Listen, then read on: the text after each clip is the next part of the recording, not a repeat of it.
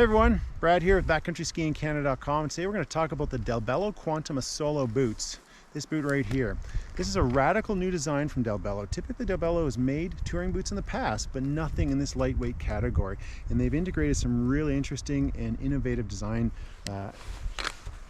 into this boot. So the Quantum comes in 3 different flavors. The basic Quantum, which uses a fiberglass reinforced polyamide. It weighs 2,300 grams or 5 pounds, and that's for the size 26.5. And that offers a 105 flex. This is the Quantum Solo boot.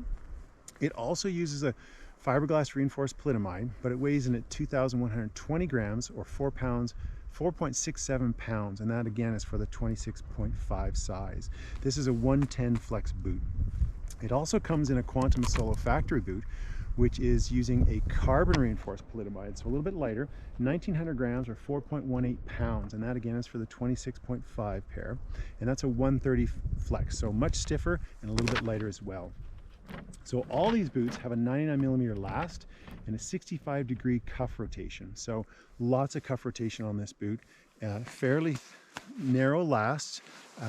They also use what's called a dual bonded shell. So Dalbello took a really innovative approach to creating the shell. It's actually, if you can see here, the seam down the middle, it's 2 pieces to this shell bonded together with infrared light.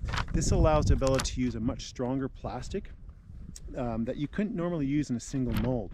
So you're able to do some different things. You can do a much better anatomical design on the toe and the heel, because in a single mold you couldn't get that piece of plastic out. So by using 2 pieces and 2 molds, you can now do some really interesting designs.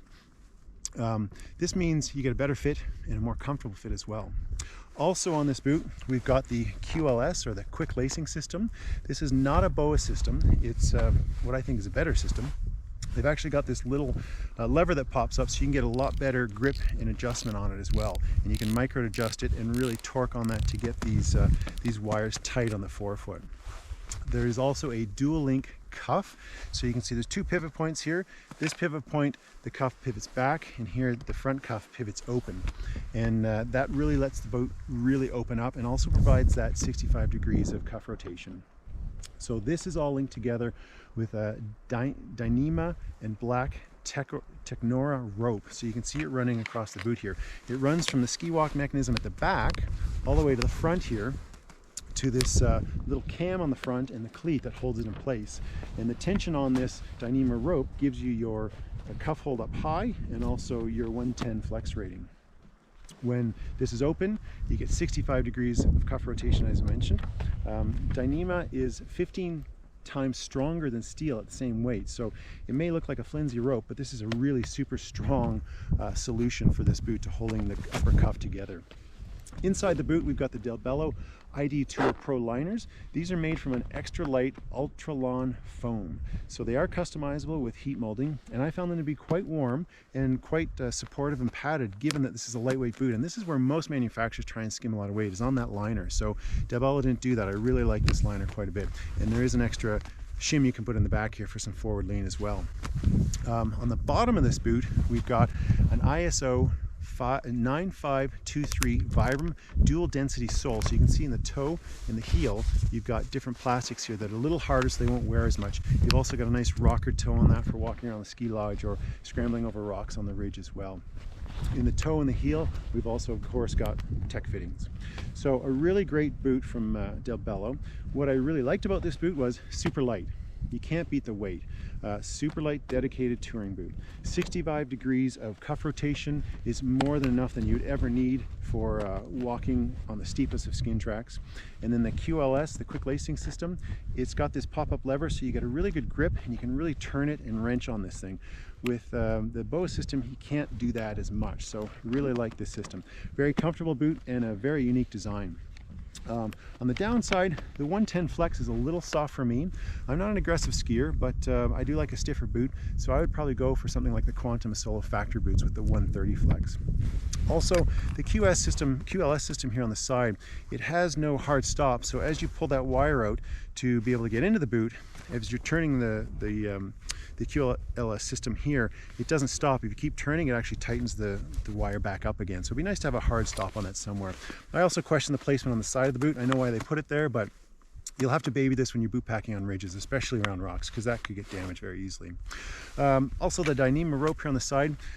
I understand the functionality and the weight savings on it, but it's just hard to wrap my head around the durability of this. And it is very durable, but looking at it, it's hard to really think that it's going to be reliable. And in my testing in the last few weeks, it's been super durable, and it does hold the upper cuff really nicely. But just looking at it, that rope, again, doesn't instill the most confidence. So something like an upper cuff power strap would really be better, but again, more weight. So this saves a lot of weight, but visually maybe not be as convincing.